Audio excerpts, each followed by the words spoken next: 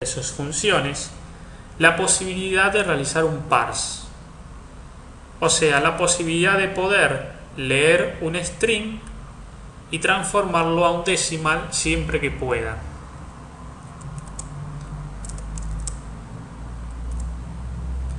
Entonces, ahora sí, nosotros le vamos a pasar como parámetro a este método o a esta función parse del tipo de datos decimal un valor de tipo texto.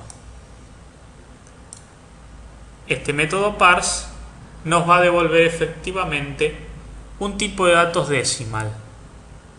Supongamos que el usuario escribió 1, 2, 3. Efectivamente, entonces va a transformar el texto 1, 2, 3 a un tipo de datos decimal 1, 2, 3. Vamos a hacer exactamente lo mismo con N2.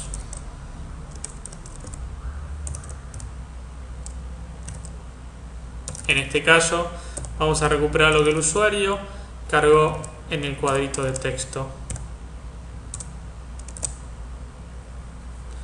número 2. Ya tenemos en nuestro ejemplo en dos variables de tipo decimal la entrada que el usuario realizó en el sistema. Lo que queremos hacer es justamente sumar esto y mostrar el resultado de la suma en pantalla. Vamos a definir entonces una tercera variable. Vamos a definirla arriba.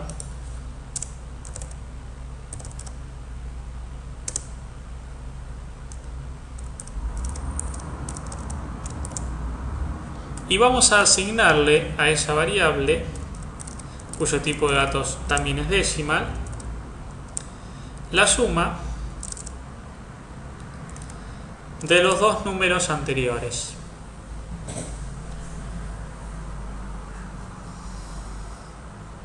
En este ejemplo, agregué system punto delante del tipo de datos decimal simplemente para ver de dónde venía.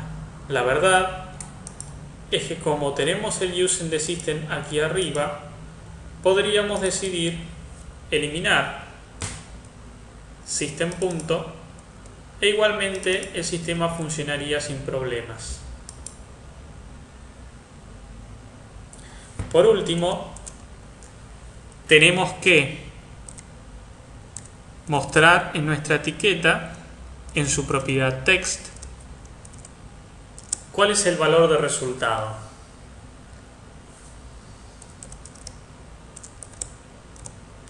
Nuevamente aquí nos encontramos con que el framework no puede transformar un decimal a un texto y que nosotros necesitamos transformarlo de alguna otra forma.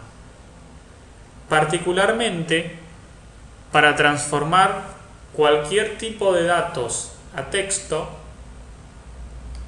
podemos utilizar un método, en este caso resultado es un tipo de datos decimal, un método del tipo de datos decimal llamado toString. toString es justamente un método que existe en el tipo de datos object. Y como todos los tipos de datos en el framework heredan de object, toString es un método que tiene absolutamente todos los tipos de datos dentro del framework. Al invocar al método toString del tipo de datos decimal, automáticamente el framework transforma el valor decimal del tipo de datos decimal al cual apuntamos mediante resultado a un texto.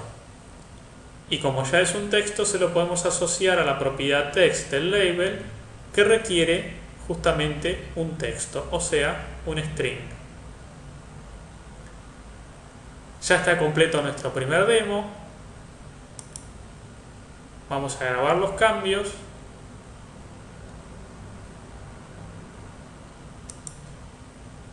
Y vamos a ejecutarlo.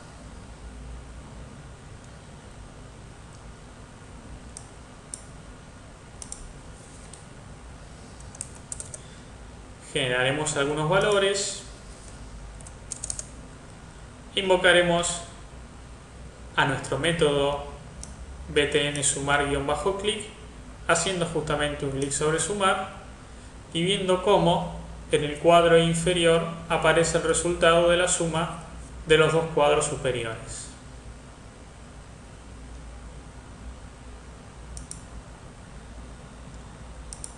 En este ejemplo hemos visto cómo definir variables cuyo tipo de datos es decimal,